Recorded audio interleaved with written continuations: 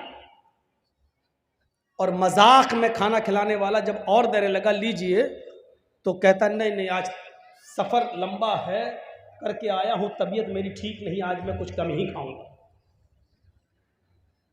اتنا کھانے کے بعد بھی وہ کہہ رہا کہ نہیں میری طبیعت کچھ گڑبڑ ہے، اس لیے آج میں کچھ کم ہی کھاؤں گا. تو ایسے لوگ بہت کم ہیں جو اتنا کھاتے ہیں. کتنا بھی کھا لیا، پھر بھی کتنا. لیکن میرا رب تو وہ ہے جو سمندر میں چلنے اور ٹہلنے والی وہیل مچھلی، جو بڑے بڑے جہازوں کو بھی الٹ دیتی ہے، بڑے بڑے جہازوں کو بھی پلٹ دیتی ہے، جو ایک دن میں 40 ٹن گوشت کھاتی ہے. 40 ٹن مچھلیاں، مردے، اور یہ جو جانور ہیں حشرات الارض، جو زمین کے جانور اور سمندر میں پھرنے والے جانور، جو منہ پھاڑتی ہو جتنے اس کے منہ میں آ جائیں، 40 ٹن کھاتی ایک دن میں، پر ڈے. اس کی خوراک کتنی ہے؟ 40 ٹن.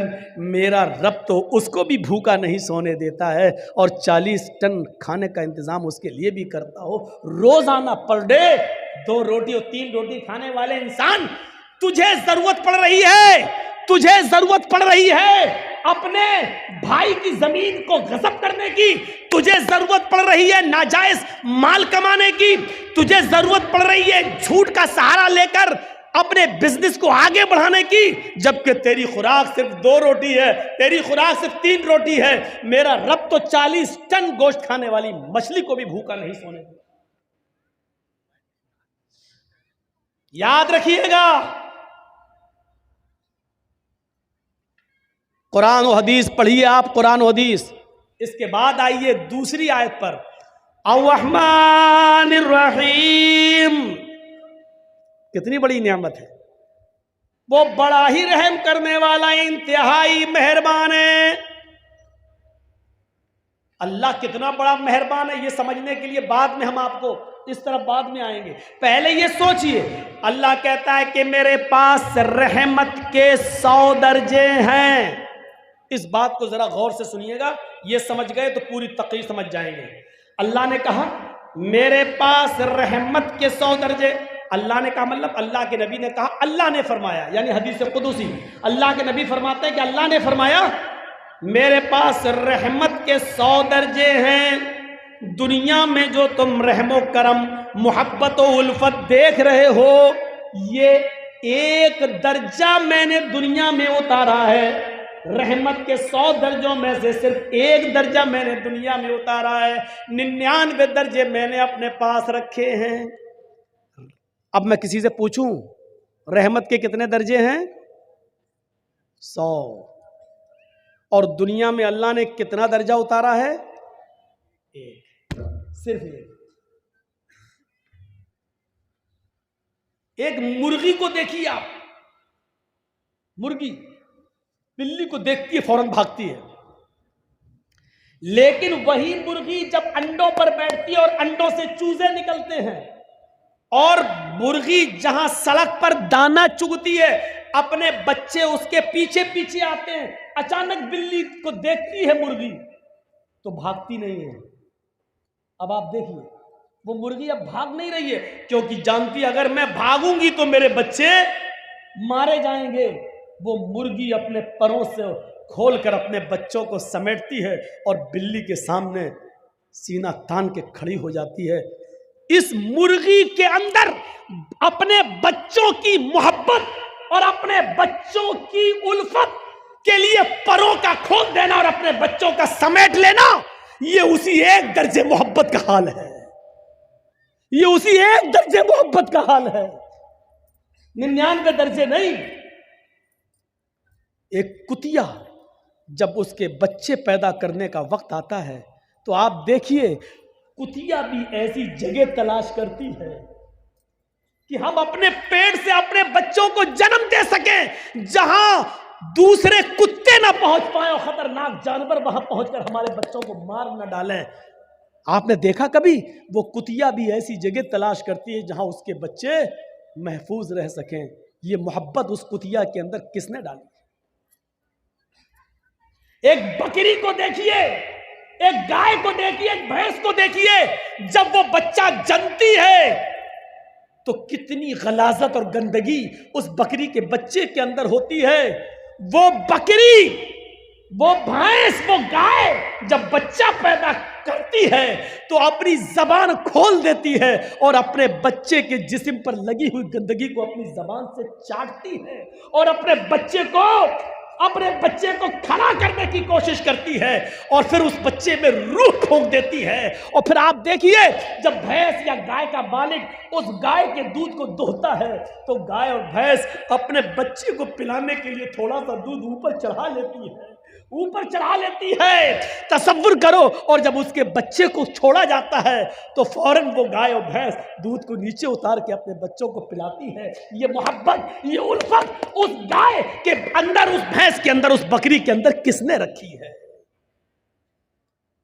یہ اسی محبت، اسی رحمت کے ایک درجے کا حال، اسی رحمت کے ایک درجے کا حال ہے. اور سنیے، جس نے 99 درجے اپنے پاس رکھے ہو وہ کتنا مہربان ہوگا. ایک بکری جب اپنے بچے پر اتنا مہربان ہے، ایک کتیا اپنے بچے پر اتنا مہربان ہے، ایک مرغی اپنے بچوں کے لیے اتنا مہربان ہے، تو سوچئے یہ ابھی ایک درجہ ہے.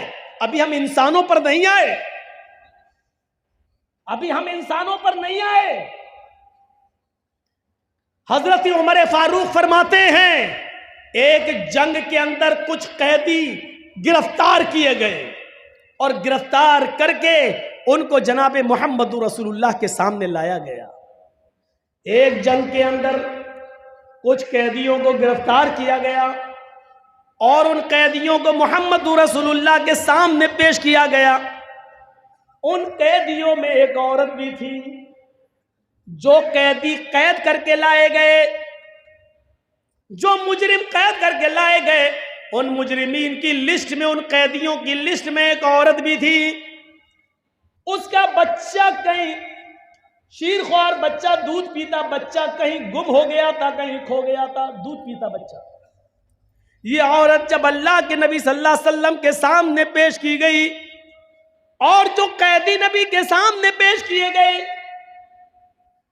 اس عورت کو ہوش نہیں ہے کہ ہم کو نبی کے سامنے پیش کیا گیا ہے، کیا سزا ملے گی. اس کا دماغ اپنے بچے کی طرف لگا ہوا ہے. وہ اپنے بچے کے بارے میں سوچتی ہے کہ میرا دودھ پیتا بچہ کہاں ہوگا. یہاں تک کہ وہ نبی اکرم صلی اللہ علیہ وسلم کے حکم کے مطابق قیدیوں کو ایک میدان میں جمع کر دیا گیا. اس میدان میں اس عورت کو بھی لایا گیا.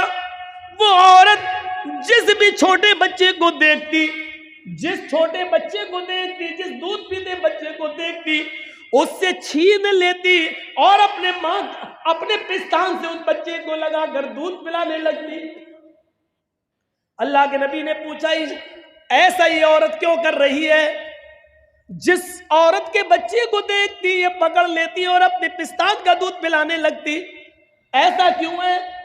جواب ملا ہے اللہ کے نبی، اس عورت کا بچہ کہیں گم ہو گیا ہے، اس لیے یہ ہر بچے کو اپنا بچہ سمجھ رہی ہے. اللہ کے نبی نے اس عورت کی اس محبت کو دیکھا، اس عورت کی اس رحمت کو دیکھا جو دوسروں کے بچے کو اپنا بچہ سمجھ رہی ہے. اللہ کے نبی صحابہ سے سوال کرتے ہیں، آئے میرے ساتھیو، اگر اس کو اس کا بچہ مل جائے اور پھر اس عورت سے کہا جائے کہ اپنے بچے کو آگ میں پھینک دو، تو تم کیا امید رکھتے ہو؟ کیا یہ عورت اپنے بچے کو آگ میں ڈال دے گی؟ تصور کرو نبی کا سوال. جو عورت دوسرے کے بچے کو اپنا بچہ سمجھ رہی ہے، اگر اس کو اس کا بچہ مل جائے پھر اس عورت سے کہو کہ اپنے بچے کو آگ میں ڈال دے، جلتی ہوئی آگ میں ڈال دے، تو کیا وہ ڈال دے گی؟ صحابہ نے کہا نہیں، ہرگز نہیں. اس کی محبت یہ کبھی گوارا نہیں کرے گی کہ وہ اپنے بچے کو آگ میں ڈال دے. اللہ کے نبی فرماتے ہیں میرے ساتھیوں، رب کی رحمت کے 100 درجوں میں سے ایک درجہ رحمت کا یہ حال ہے کہ وہ اپنے بچے کو آگ کے حوالے نہیں کر سکتی ہے۔ جس کے پاس 99 درجے رحمت ہو وہ قیامت کے دن اپنے بندے کو جہنم کی آگ میں کیسے ڈالے گا؟ اس کی رحمت یہ کیسے گوارا کرے گی کہ اپنے بندے کو جہنم میں ڈال دے؟ لیکن بندے گناہ کر کر کے، شرک کر کر کے، بدعتیں کر کر کے، شراب نوشی کر کر کے، حرام کھا کھا کر، حرام کی کاروبار کر کر کے اپنے آپ کو خود جہنم میں لے جاتے ہیں، تو اس میں اللہ کی رحمت پھر غضب میں بدل جاتی ہے۔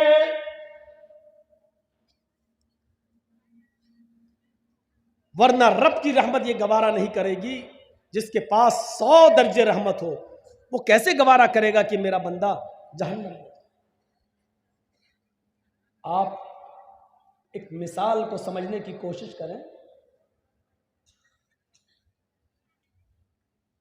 آپ کی بیٹی ہے، شادی ہوئی، آپ نے بہت سے برتن اس کو جہیز میں دیے، کانچ کے 2 برتن، کانچ کے 2 گلاس، شیشے کے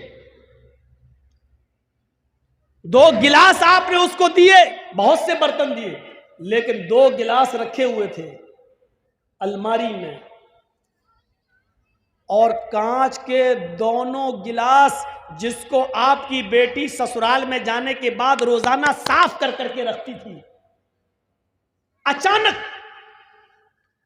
دونوں گلاس گرتے ہیں نیچے،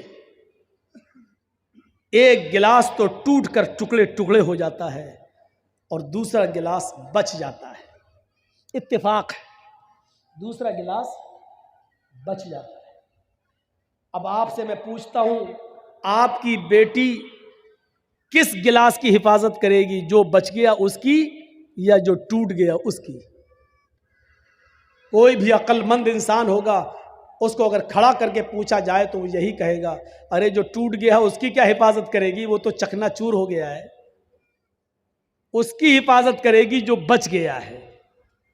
تو جو گلاس بچ گیا اس کو اٹھائے گی، اس کو پوچھے گی اور پھر رکھ دے گی، اور جو ٹوٹ گیا، چکنا چور ہو گیا، وہ جانتی ہے کہ یہ جڑ نہیں سکتا، اب اس کو گھر میں بھی رکھنا گوارا نہیں کرے گی، جھاڑو سے ادھر ادھر کانچ تو نہیں بکھر گئی کسی کے پیر میں نہ چپ جائے، اس لیے اس جگہ کو صاف کر کے اس ٹوٹے ہوئے کانچ کے گلاس کو صاف کرے گی اور ایک برتن میں لے کر ڈسٹ بن میں ڈال دے گی یا باہر کوڑے میں جا کر پھینک دے گی، اس ٹوٹے ہوئے گلاس کو کبھی وہ اپنے پاس نہیں رکھے گی۔ کیوں؟ ہر چیز کا ایک کوشچن ہوتا ہے، کیوں؟ یہ بھی ایک کوشچن ہے، وہ صحیح سلامت گلاس کی حفاظت کر رہی ہے لیکن ٹوٹے ہوئے گلاس کو گھر سے باہر کیوں پھینک رہی ہے؟ اس کیوں کا جواب ہے، صحیح سلامت گلاس کی حفاظت اس لیے کر رہی ہے کیونکہ وہ کام کی چیز ہے، وہ پینے کے کام آئے گا، مہمانوں کو پانی پلانے کے کام یا چائے پلانے کے کام یا دودھ پلانے کے کام آئے گا، لیکن ٹوٹا ہوا برتن کسی کام کا نہیں، اس لیے اس کو باہر پھینک رہی ہے۔ چلیے اب میں آپ سے پوچھتا ہوں کہ ایک ماں کے 2 بیٹے ہیں، دونوں بیٹے جوان ہیں، ایک پڑھ لکھ کر بہت قابل ہو گیا ہے، اس کی سرکاری سروس لگ گئی ہے، اس کو 1 لاکھ روپیہ مہینہ مل رہا ہے، ماں بوڑھی ہو چکی ہے، باپ کا انتقال ہو چکا ہے، وہ بیٹا 1 لاکھ روپیہ مہینہ کماتا ہے، 50,000 روپے مہینہ کماتا ہے، اور اسی پر وہ اپنا پیٹ بھی پالتا ہے، اپنے بیوی بچوں کا پیٹ بھی پالتا ہے اور اپنی بوڑھی ماں کا بھی خیال رکھتا ہے۔ لیکن اسی ماں کا ایک دوسرا بیٹا ہے، وہ بھی جوان ہے، لیکن اس کے دونوں پیروں میں پولیو ہے، لکوا مار چکا ہے، اس کے دونوں ہاتھوں میں کمپن ہے، ہاتھ بھی اس کے لکوا مار چکے، وہ نہ اٹھنے کے لائق ہے نہ اپنے سے بیٹھ سکتا ہے، نہ اپنے سے کھا سکتا ہے، نہ اپنے سے پیشاب اور پائخانہ کر سکتا ہے۔ اس بچے کی عمر بھی 18-20 سال ہے، اس کا بھائی بھی 20-22 سال کا ہے، جو کماتا ہے اور اپنی ماں کو کھلاتا ہے، لیکن یہ بیچارہ اپاہج بچہ، دونوں پیروں سے اپاہج، دونوں ہاتھوں سے اپاہج، بستر پر لیٹا ہے۔ یہ نہ کما سکتا ہے، نہ ماں کا پیٹ بھر سکتا ہے، نہ خود کھا سکتا ہے۔ یہ بچہ بھی ناکارہ ہے، کسی کام کا نہیں ہے، بیکار ہے، بلکہ یہ بچہ اپنے ماں پر بھی بوجھ بنا ہے، بلکہ اپنے بڑے بھائی کے اوپر بھی بوجھ بنا ہوا ہے۔ میں آپ سے پوچھنا چاہتا ہوں، ماں ان دونوں بچوں میں سے کس بچے کی حفاظت کرے گی اور کس بچے کو اپنے گھر سے باہر نکالے گی؟ آپ کا جواب ہوگا وہ کسی بھی بچے کو باہر نہیں نکالے گی۔ وہی عورت جو کانچ کے گلاس کی حفاظت کر رہی ہے، جو بچ گیا کیونکہ وہ کام کا ہے، لیکن ماں اس کام کے بچے سے زیادہ دیکھ ریکھ اس بچے کی کر رہی ہے، جو دونوں بستر، اپنے دونوں پیروں دونوں ہاتھوں سے اپاہج اور لقوے کا شکار ہے، فالج مار چکی ہے، اس کی حفاظت کر رہی ہے۔ ماں اس بچے کے سر سے پسینہ نہیں پوچھے گی جو محنت کر کے آیا ہے، اس بچے کے سر سے پسینہ پوچھ رہی ہے جو بستر پر لیٹا ہے۔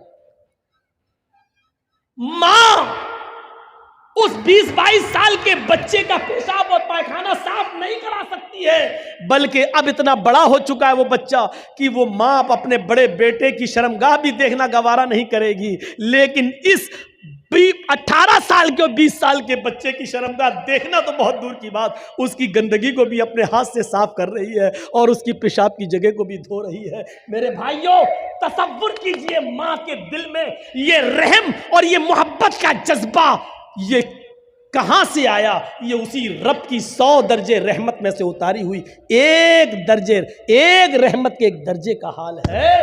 یہ ماں اس بچے سے زیادہ پیار کرے گی جو بچہ اپاہج ہے، لنگڑا لولا ہے اور لقوے کا شکار ہے، یہ ماں اس کی زیادہ دیکھ ریکھ کر رہی ہے۔ کیوں؟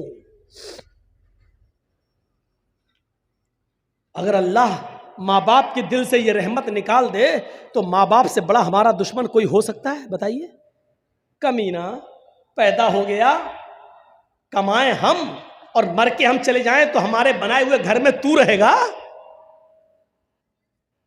باپ کی محنت، باپ کا رات میں جاگ جاگ کر محنت کر کے مزدوری کر کے بلڈنگ بنانا، جبکہ باپ کو معلوم ہے کہ اس بلڈنگ میں ہم نہیں رہیں گے، میرے مرنے کے بعد میری اولاد رہے گی۔ اگر اللہ باپ کے اور ماں کے دل سے یہ محبت نکال دے تو ماں باپ سے بڑا ہمارا دشمن کون ہو سکتا ہے؟ میری محنت کی کمائی میں تو رہے گا، لیکن نہیں رہے گا۔ کیوں؟ کیونکہ باپ کی محبت یہ گوارا نہیں کر سکتی ہے کہ میری اولاد ماری ماری پھرے۔ یہ محبت کس نے پیدا کی ہے؟ اسی رب نے، اور 100 درجے رحمت کے ایک اتارا ہے، اور ایک رحمت کے درجے کا حال یہ ہے جو مرغی اپنے بچوں سے پیار کر رہی ہے، بکری اپنے بچوں سے، بھینس اپنے بچڑے سے، گائے اپنے بچڑے سے، یہ محبت کا تقاضا ہے، اور ماں اپنے بیٹے سے محبت کر رہی ہے، یہ محبت کا تقاضا ہے۔ میرے پیارے ساتھیوں، ذرا تصور کرو رب کی رحمت کا ایک درجہ۔ اب ذرا آئیے پھر دیکھیے رب کی رحمت کا حال کیا ہے۔ آئیے اور پھر دیکھیے کہ رب کی رحمت کا حال کیا ہے۔ فرمایا کہ اللہ رب العالمین کی رحمت یہ کیسے گوارا کر لے گی؟ جب ایک ماں اپنے بچے کو آگ میں ڈالنا گوارا نہیں کر سکتی ہے تو اللہ رب العالمین کی رحمت یہ کیسے گوارا کرے گی؟ جبکہ اس کے پاس رحمت کے 100 درجے ہیں، کیسے گوارا کرے گی کہ اپنے بندے کو آگ میں ڈال دے؟ بنی اسرائیل کا ایک واقعہ بیان کرتے ہوئے نبی اکرم نے فرمایا، ایک شخص اپنے اونٹ کو اپنے گھر کے سارے سامان کے ساتھ پیک کر کے نکلتا ہے اور ایک صحرا اور جنگل سے ہوتا ہوا جاتا ہے. تھک گیا, جنگل میں ایک پیڑ سے ایک درخت سے وہ اپنے اونٹ کو باندھ دیتا ہے اور تھوڑی دیر درخت کے سائے میں آرام کرنے لگتا ہے. آنکھ کھلتی ہے تو دیکھتا ہے کہ میرا اونٹ غائب. اس میں پورے گھر کا سامان بندھا تھا. اب اونٹ غائب, ہوش اڑ گئے ہیں, اونٹ غائب, میرے گھر کا پورا سامان اونٹ پر اور اونٹ غائب. وہ کبھی اس جھاڑی جاتا, کبھی اس جھاڑی میں دیکھتا, کبھی اس پہاڑی پہ چڑھتا, کبھی اس پہاڑی پہ چڑھتا. وہ پورا جنگل تلاش کر ڈالا لیکن اس کو اونٹ نہیں ملا. اس کو اونٹ نہیں ملا. پورا جنگل تلاش کر دیتا ہے لیکن اس کو اونٹ نہیں ملتا ہے. مایوس ہو کر اسی پیڑ کے پاس آتا ہے, ہاتھ سر پہ رکھ کر سوچنے لگتا میں کیا کروں گا. بڑی محنت سے مال کمایا تھا, غائب ہو گیا اونٹ, کہاں چلا گیا. اب کتنا دن لگے گا اتنا مال کمانے میں, اور اپنے گھر کا ساز و سامان بنانے میں کتنا وقت لگے گا. اب یہ سوچ ہی رہا تھا, تھکا ہوا تھا کہ اچانک نیند آ گئی. تھوڑی دیر کے بعد آنکھ کھلتی ہے, کیا دیکھتا ہے کہ میرا اونٹ اسی پیڑ سے بندھا ہوا ہے جس پیڑ سے غائب ہوا تھا. آتا ہے, اونٹ تو یہ, جا کر دیکھتا بندھا ہے. سامان دیکھتا ہے تو اس کے اوپر اناج کا ایک دانہ بھی کم نہیں ہے. جیسے وہ اپنے گھر سے لایا تھا ویسا ہی ہو بہو, سیم ٹو سیم ویسا ہی اونٹ پر لگا ہوا ہے, اور ایک بھی چیز غائب نہیں ہے. اس چیز کو دیکھتا ہے تو مارے خوشی کے, ہم نے دن بھر اونٹ ڈھونڈا, تلاش کیا تو ملا نہیں, اور اچانک اپنے آپ آ گیا اور سامان بھی غائب نہیں. اس کو دیکھ کر وہ اتنا خوش ہوتا ہے, اتنا خوش ہوتا ہے کہ اونٹ کو دیکھتا جاتا اور نظریں آسمان پہ ڈالتا جاتا اور اپنے رب سے کہتا جاتا اللہم انت عبدی وانا ربک. اے اللہ مان گیا تیری قدرت, اے اللہ مان گیا میں تجھے, واقعی تو میرا بندہ ہے اور میں تیرا خدا. نہیں سمجھ پائے نا اس نے کیا جملہ استعمال کیا؟ مارے خوشی کے اس نے کیا کہا؟ اللہم انت عبدی, واہ واقعی تو میرا بندہ ہے, وانا ربک اور میں تیرا رب. الٹا بول گیا, سمجھ رہے نا کیا بول گیا وہ؟ اس کو بولنا یہ چاہیے تھا کہ واقعی میں تیرا بندہ اور تو میرا رب ہے, لیکن اونٹ پا گیا, سامان لدا ہے. خوشی میں اس کو پتا نہیں ہے, دماغ سے ہٹ گیا. اتنی خوشی ہوئی اس کو, اتنی خوشی ہوئی کہ اس کا دماغ ٹھکانے نہیں رہا, اور مارے خوشی میں کہہ گیا اللہم انت عبدی وانا ربک, واقعی تو میرا بندہ اور میں تیرا رب ہوں. اللہ نے جملے سنے تو مسکرا دیا. یہ مسکرانے والا جملہ تھوڑی ہے.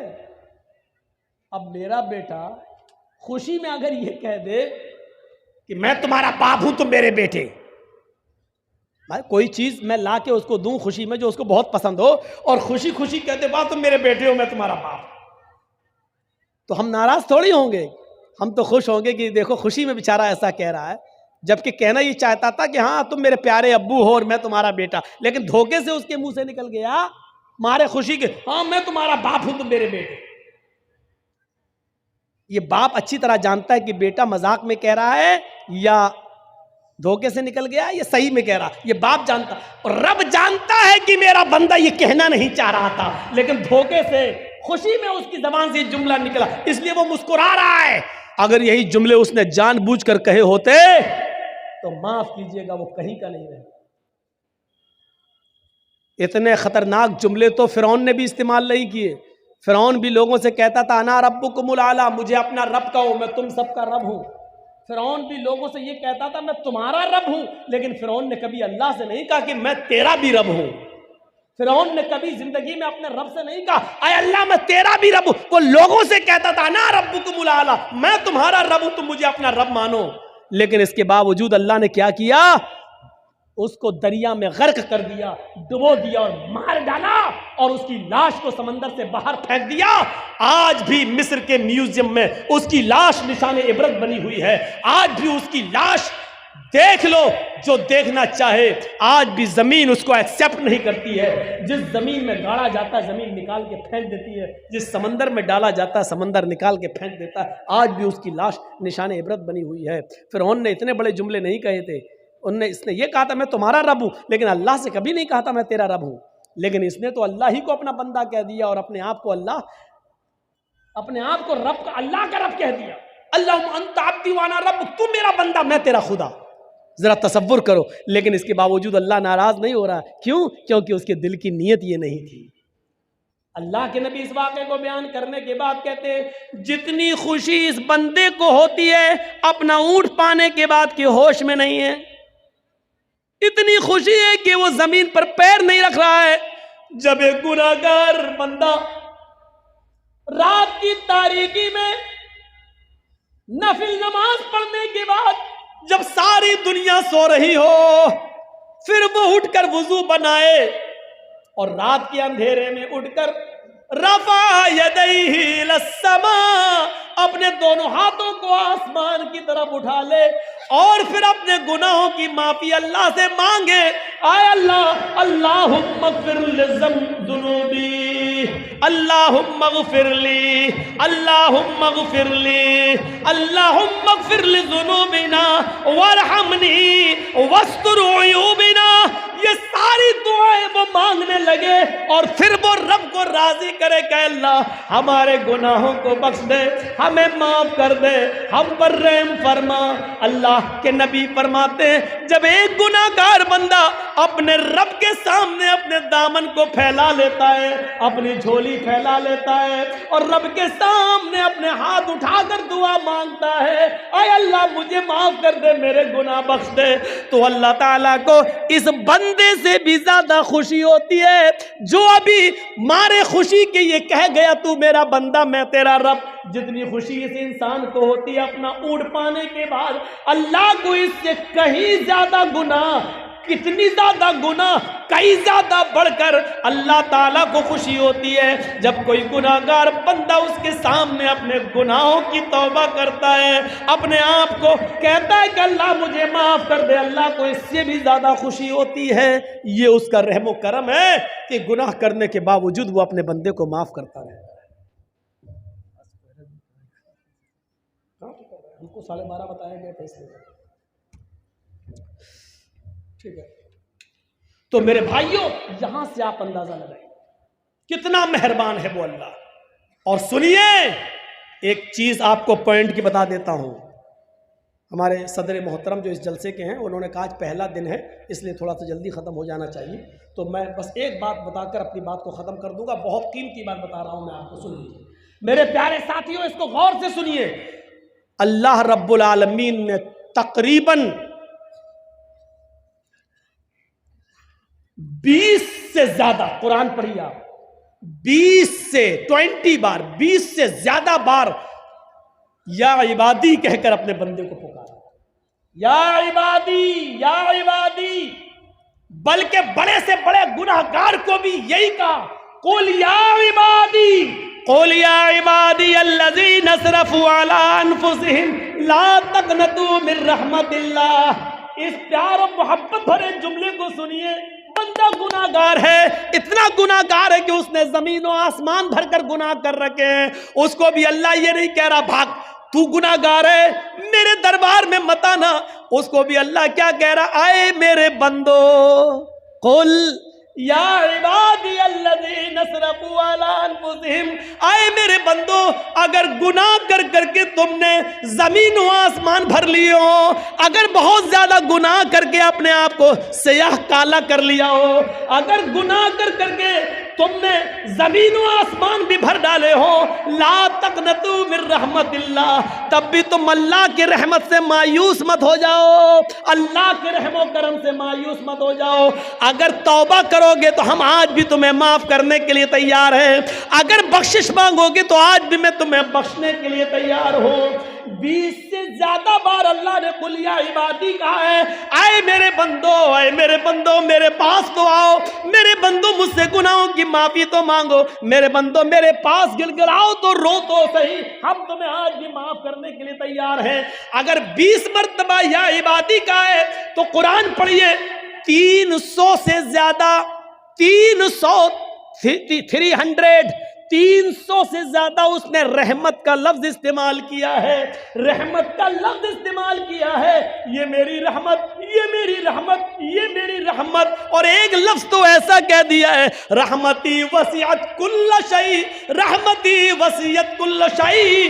آئے میرے بندو، میری رحمت ہر چیز کو گھیرے ہوئے، میری رحمت ہر چیز پر چھائی ہوئی ہے. میری رحمت کے سائے میں آؤ تو صحیح. آئے میرے بندو میری رحمت کے دائرے میں آؤ، ہم تم پر بھی اپنی رحمت نثار کر دیں گے، ہم تم پر بھی اپنی رحمت کا سایہ کر دیں گے. یہ الرحمن الرحیم، یہ رب کی رحمت ہے. ماں باپ، بھیڑ بکری، دمبا، مرغی، کتا کتیا اور جانوروں کی رحمت اور انسانوں کی رحمت بھی سنی، اور رب کی رحمت بھی آپ نے سنی. یہ سب رب کی رحمت کے 100 درجوں میں سے ایک درجے کا حال ہے، الرحمن الرحیم. میں 2 ہی آیتوں پہ چل پایا. الحمدللہ رب العالمین الرحمن الرحیم. ابھی رحمان الرحیم پر اور بھی باقی ہے. میرے پیارے ساتھیوں، کل کوئی دوسرا ٹاپک آپ کے سامنے رکھیں گے. ہم یہاں سے یہ سوچ کر اٹھیں کہ اللہ رب العالمین ہے اور رحمان الرحیم ہے. وہ مہربان ہے، وہ جس طریقے سے سب کو پالتا اور پوستا ہے، اس کی نظر میں کوئی دوست و دشمن نہیں، وہ سب کو دیتا ہے. تو ہمیں اور آپ کو بھی اس کو رب سمجھنا چاہیے اور اس کی رحمت کا فائدہ اٹھانا چاہیے، اپنے گناہوں کی معافی مانگنا چاہیے، اور اس رب نے جو ہمیں زندگی دی ہے، اس رب کی دی ہوئی زندگی کو اسی رب کے بنائے ہوئے قانون کے مطابق ہمیں چلنے کی کوشش کرنی چاہیے.